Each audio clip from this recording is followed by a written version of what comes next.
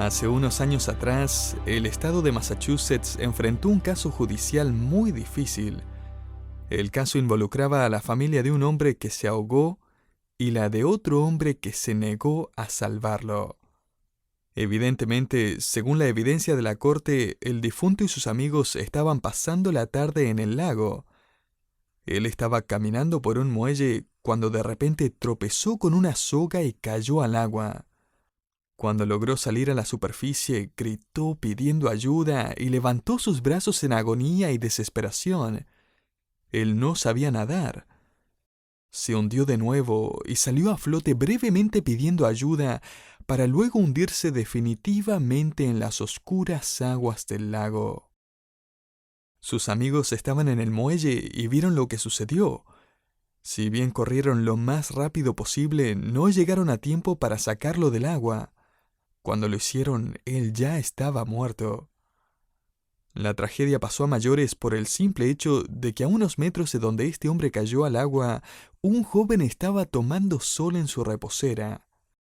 Si bien éste escuchó al otro hombre caer al agua, si bien escuchó al que se ahogaba pedir auxilio, si bien él era un gran nadador, jamás se levantó de su silla para salvarlo. La familia del fallecido estaba enfurecida. No podían creer lo que había sucedido. Quedaron tan dolidos y angustiados con esta muestra de apatía e indiferencia que decidieron hacerle un juicio por su actitud. El caso llegó a la Corte Suprema del Estado de Massachusetts, donde se escucharon argumentos de las dos partes. Eventualmente, la Corte dio su dictamen y la familia del difunto perdió el caso. Si bien fue con algo de recato, la corte dictaminó que el joven que tomaba sol en el muelle no tenía la responsabilidad legal de salvar la vida del otro hombre.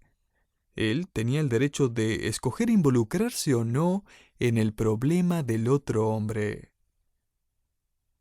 A decir verdad, este dictamen refleja mucho lo que es el mundo actual. El corazón humano es terriblemente egocéntrico. Usted trabaja duro para sí mismo y tal vez para su familia, pero todo le pertenece y no es responsable por nadie más sino de usted mismo. La regla de oro de la sociedad actual es cada uno por sí mismo. Los vivos no tienen responsabilidad alguna por los que mueren o están sufriendo o por los que están dolidos. Solo preocúpate de ti mismo. ¿Qué significa esto para el creyente? ¿Y qué significa esto para la iglesia?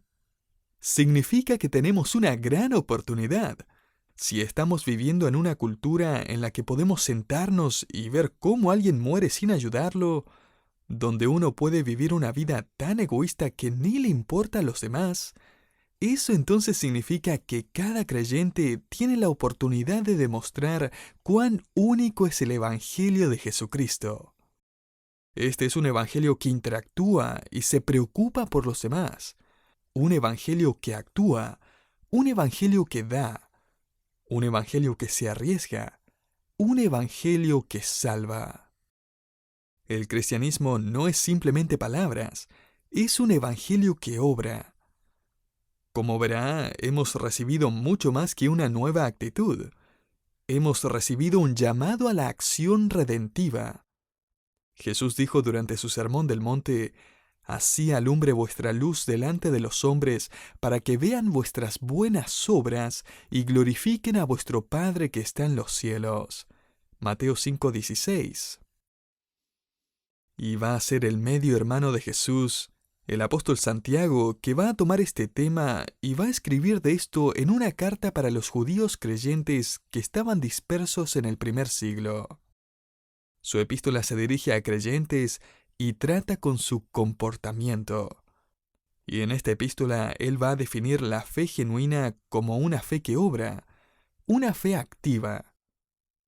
Ahora, mientras Santiago habla de este tema de la fe que obra, él va a aprovechar para definir tres tipos de fe: la fe muerta, la fe demoníaca y la fe dinámica. Comenzamos con la fe muerta. Santiago escribe lo siguiente en el capítulo 2, versículo 14: «Hermanos míos, ¿De qué aprovechará si alguno dice que tiene fe y no tiene obras? ¿Podrá la fe salvarle? Santiago comienza el versículo con dos preguntas retóricas. Cada una anticipa una respuesta negativa. Santiago pregunta, si alguien dice que tiene fe sin obras, es decir, si alguien dice tener fe pero no vive como si la tuviera, ¿les sirve de algo esa fe? Y la respuesta es no. Santiago continúa, y en su segunda pregunta dice, y permítame que se lo parafrasee, bueno, si alguien dice que tiene fe, pero no vive como si la tuviera, ¿puede asumir esa persona que es un creyente? Nuevamente la respuesta que Santiago espera es no.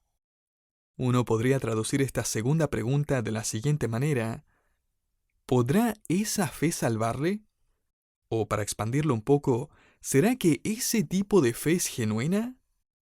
Y la respuesta sería no.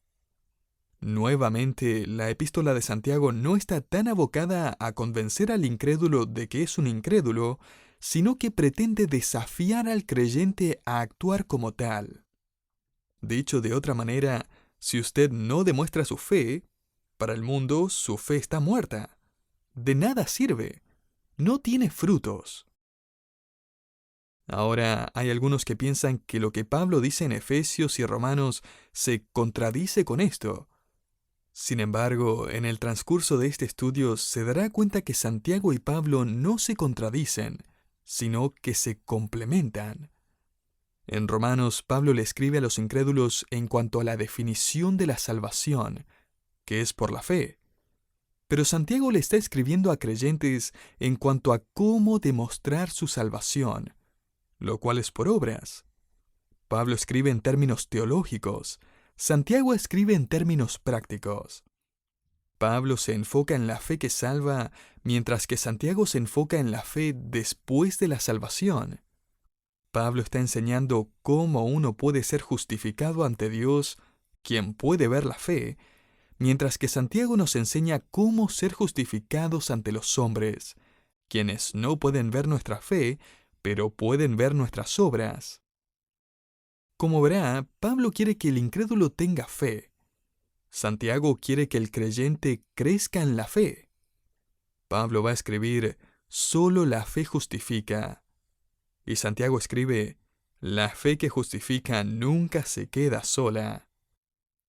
Así que no es de sorprenderse cuando vemos que Santiago está interesado en que el creyente muestre y enseñe lo que tiene. ¿Recuerda hacer eso en el colegio? Un día trajo un objeto a la clase y tuvo que enseñárselo a todos. No solo tenía que hablar acerca de algo en particular, tenía que traerlo y mostrárselo a la clase. Así que la niña que fue de vacaciones a la playa trae la caparazón de un cangrejo que encontró. El niño que le gusta los insectos trae su colección y así. En este pasaje, Santiago anuncia, Iglesia, es hora de que saquen su fe y se la enseñen a todos los demás. La frase clave de todo el pasaje se encuentra en el versículo 18. Le invito a subrayar estas palabras. Allí leemos, muéstrame tu fe sin tus obras, y yo te mostraré mi fe por mis obras. ¿Se da cuenta? El cristianismo es algo que debe verse. Y Santiago va a contrastar eso con la persona en los versículos 14 al 16, que solo tiene algo para decir, pero nada para demostrar. Vuelva al versículo 14 y note lo que dice. Hermanos míos, ¿de qué aprovechará si alguno dice que tiene fe? Y el versículo 16 dice, y alguno de vosotros les dice. Esa frase describe la fe muerta, la fe inútil. La fe muerta reemplaza las obras con palabras. Habla y habla, pero no demuestra nada. Las personas con una fe muerta sustituyen hechos con palabras. Saben el vocabulario correcto, hasta pueden recitarle un versículo o dos de memoria.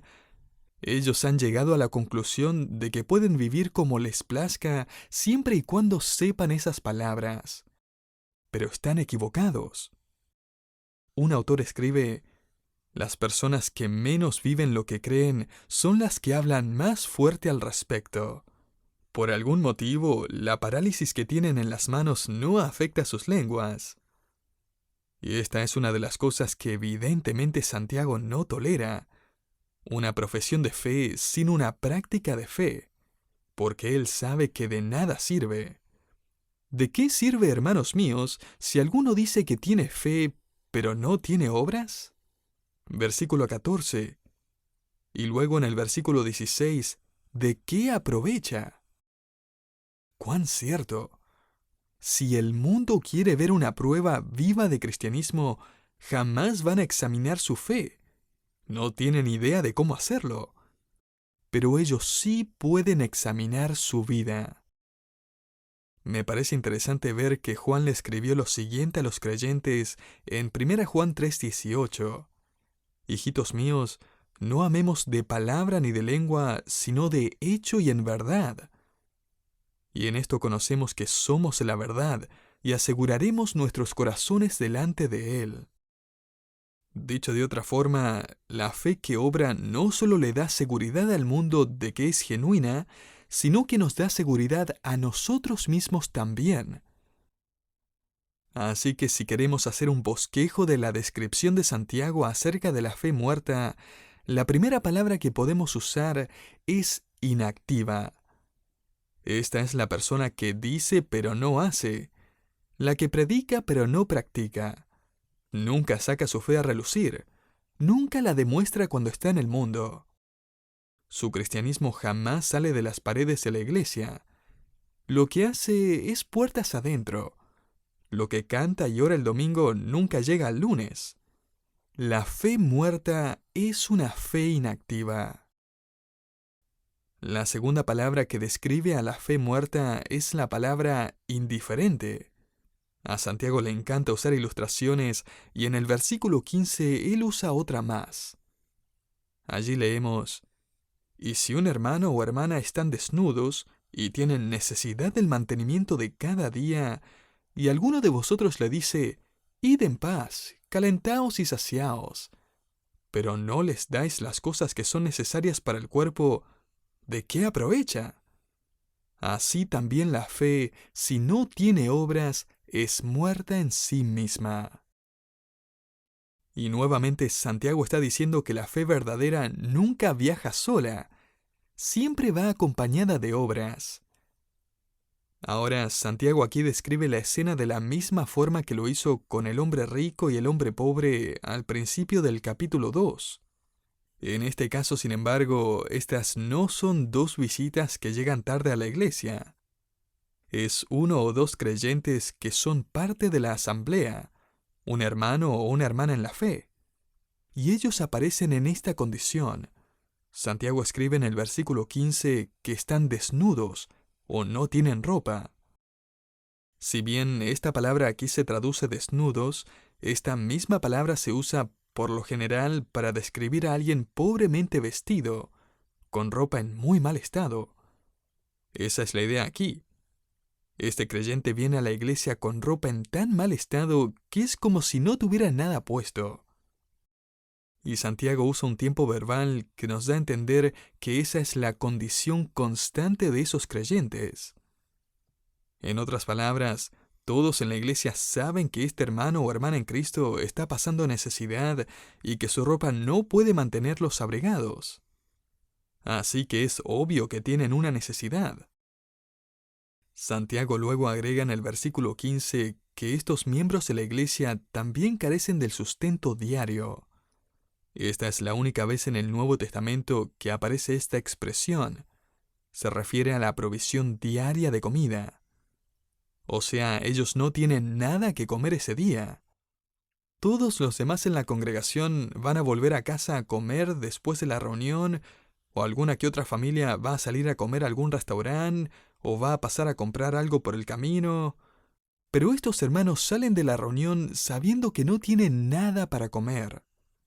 Esta doble necesidad de comida y vestido es lo que Santiago usa para describir a un hermano o hermana en Cristo que está en extrema pobreza.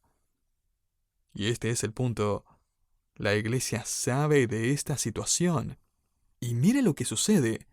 En el versículo 16 leemos, y alguno de vosotros le dice, id en paz, calentaos y saciaos, pero no les dais las cosas que son necesarias para el cuerpo, ¿de qué aprovecha?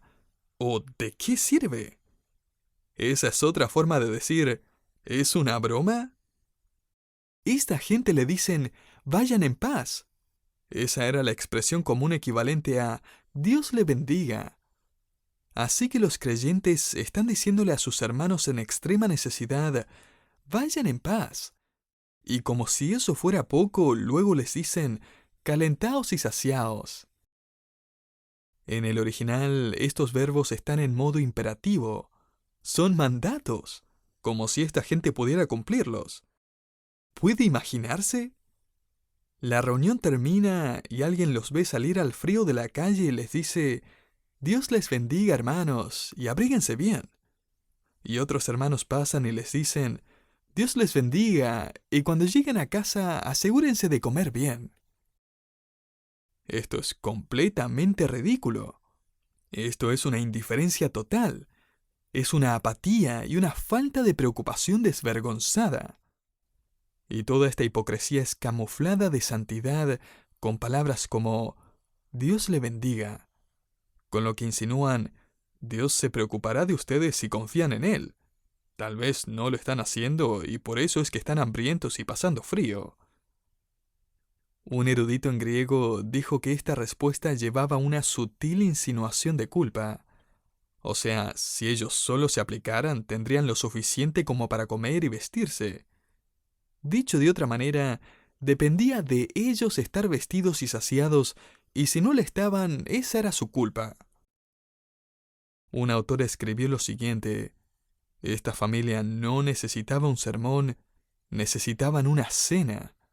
No necesitaban que alguien les abriera la Biblia, sino el refrigerador. Él continúa escribiendo, ahora no hay nada de malo en compartir la palabra. El problema se encuentra cuando uno no obedece la palabra que está compartiendo. Si uno estudia la historia de la iglesia, va a ver cómo los ricos llegaron a entender que en la soberanía de Dios, cuando daban de su riqueza, ellos estaban dando a Dios. Un autor escribe, y los pobres recibían lo que recibían como si viniera del Señor. Con este entendimiento, el dar no separaba a los ricos de los pobres, sino que los unían en el Señor, haciéndolos conscientes de su unidad en Cristo. También me pareció interesante ver que la iglesia era muy cuidadosa con quienes recibían ayuda financiera. Un líder eclesiástico del siglo IV escribió lo siguiente: se necesita experiencia para distinguir entre los que realmente son pobres y los que piden limosna para juntar dinero. El que le da algo a una persona enferma o necesitada se lo da a Dios y recibirá una recompensa. Pero el que le da a un parásito le da a un hombre que merece menosprecio por su descaro, en vez de compasión por su pobreza. Otro líder del siglo IV describe en sus escritos el arte de los que disimulaban ser vagabundos. Así que Santiago es claro aquí en describir a personas que estaban verdaderamente necesitadas, que no tenían nada para comer o vestirse. Recuerdo hace unos años atrás, cuando nuestra iglesia estaba ubicada en otro lugar, que habían muchas personas que tocaban la puerta del templo pidiendo ayuda, cuando en realidad no estaban pasando por necesidad. Rápidamente tuvimos que aprender a discernir quién era quién. Recuerdo que una mujer vino y me contó que su madre estaba en el hospital agonizando y que no tenía dinero para ir a verla. Yo le di todo lo que tenía en la billetera. Creo que eran unos $15. Cuando se fue, miré por la ventana y vi que se subió a un auto 0 kilómetros con un hombre y se fue conversando tranquilamente. Aprendí a mirar primero por la ventana. Varios años después, estaba enseñando una clase en nuestro seminario cuando una mujer tocó a la puerta. Fui a atenderla y esta mujer comenzó a contarme acerca de su madre hospitalizada y que necesitaba dinero para ir a verla. Le dije, yo la conozco, Devuélvame mis $15. Es broma. Con la clase escuchando todo, le dije, lo siento mucho por lo de su madre. ¿Cuál es su nombre? Ella me dijo, ¿y en qué hospital está? Ella me dijo el nombre del hospital. Saqué mi celular y llamé al hospital. Pregunté en qué habitación se encontraba la madre de esta mujer y la recepcionista me dijo que no había nadie en el hospital con ese nombre. Así que le dije, deme un segundo. Y le pregunté a la mujer enfrente mío, ¿cómo deletrea el apellido de su madre? Sin siquiera pestañear, ella me lo deletreó. Se lo deletreé a la recepcionista que me dijo, lo siento, no hay nadie aquí con ese nombre. Colgué y le dije a la mujer, su madre no está en el hospital, ¿o sí? Ella se enfureció y se fue. Querido oyente, esto no es de lo que Santiago está hablando aquí. De hecho, la iglesia primitiva sabía discernir entre los verdaderos necesitados y los aprovechadores. Nosotros debemos hacer lo mismo. Debemos saber discernir. Pero más importantemente, debemos dar a los necesitados, primeramente a los hermanos que están en medio nuestro y también a los de afuera, esperando que nuestra obra de amor cree un puente sobre el cual podamos compartirles acerca de su necesidad más grande, mucho más grande que el sustento y el abrigo, su necesidad de salvación. Si no demostramos interés y amor, fallamos en demostrar una fe viva y activa. Por el contrario, nuestra fe es inútil, está muerta. Así que la fe muerta es inactiva, indiferente y en tercer lugar es impenitente. En otras palabras, rechaza la corrección, se defiende y se justifica en su error en vez de cambiar y arrepentirse. Note lo que dice el versículo 18. Pero alguno dirá, tú tienes fe y yo tengo obras. Santiago nos presenta un sujeto anónimo que presenta una objeción y comienza a defenderse. Esta persona dice, usted tiene fe y yo tengo obras. Y Santiago responde, muéstrame tu fe sin tus obras y yo te mostraré mi fe por mis obras. O sea, esta persona dice, ¿no es maravilloso? Yo tengo fe y tú tienes obras. ¡Excelente! Estamos en la misma familia para poder complementarnos. Y Santiago responde, un momento, no tan rápido. Para demostrar el error de este argumento, Santiago le dice a este objetor anónimo, ¿sabe qué? ¿Por qué no me muestra su fe sin hacer nada y yo le muestro mi fe sin decir una palabra? Y Santiago sabe que es imposible probar la fe sin hacer algo. ¿Por qué? Porque la fe es invisible, no es tangible. Permítame simplificarlo diciendo lo siguiente. La fe es como las calorías. Las calorías son invisibles, pero uno puede ver su resultado. De la misma manera, las obras son la evidencia física y externa de una fe espiritualmente viva. Pero esta persona no da brazo a torcer. Él quiere mantener la fe y las obras divorciadas. Quizás puedan juntarse de vez en cuando, pero mantengámoslas separadas. Esto le va a permitir defender su inactividad y su indiferencia. Y de esa forma va a poder defender su fe, que Santiago declara que es inútil. Así que Santiago concluye su debate en cuanto a la fe muerta en el versículo 18, desafiando a esta persona a que le muestre, a que le enseñe su fe. Saquemos el cristianismo a la luz. No solo hablemos acerca de nuestra fe, demostrémosla de forma tangible. Francamente, Santiago no está discutiendo para tener una o la otra. Él está diciendo, revelemos con nuestra vida, con las obras de nuestras manos, con las palabras de nuestra boca y con las expresiones de nuestro carácter de qué se trata el cristianismo. Es más, la palabra mostrar del versículo 18 hace referencia a una palabra que significa arrojar luz, exhibir, demostrar. Él está exhortando al creyente a tomar su fe y exhibirla a través de sus obras. Y no malinterprete esto, las obras no crean o producen fe. Las obras son una demostración de nuestra fe. Las obras son una exhibición que traen a la luz la fe que ya tenemos. Me acuerdo cuando nació nuestro hijo, el primero de los mellizos. Él lloró instantáneamente y no paró por un buen tiempo. Pero estábamos preocupados por el segundo que haría su entrada a este mundo un par de minutos más tarde. Su corazón parecía latir irregularmente. Cuando salió no lloraba, así que la enfermera le dio una palmada y se largó a llorar. Y todos respiramos de alivio. Si lloraba, eso quería decir que respiraba y que su corazón latía. Esa fue la única vez que su llanto nos trajo gozo. Como verá, el llanto no le dio vida. Simplemente reveló que él estaba vivo. Su llanto no produjo vida, sino que la demostró. Y eso es lo que Santiago quiere decir aquí en este pasaje acerca de la fe verdadera. La fe obra. La fe en Jesucristo produce vida. La vida en Cristo produce obras. Y las obras para la gloria de Dios demuestran la existencia de la vida espiritual y la fe.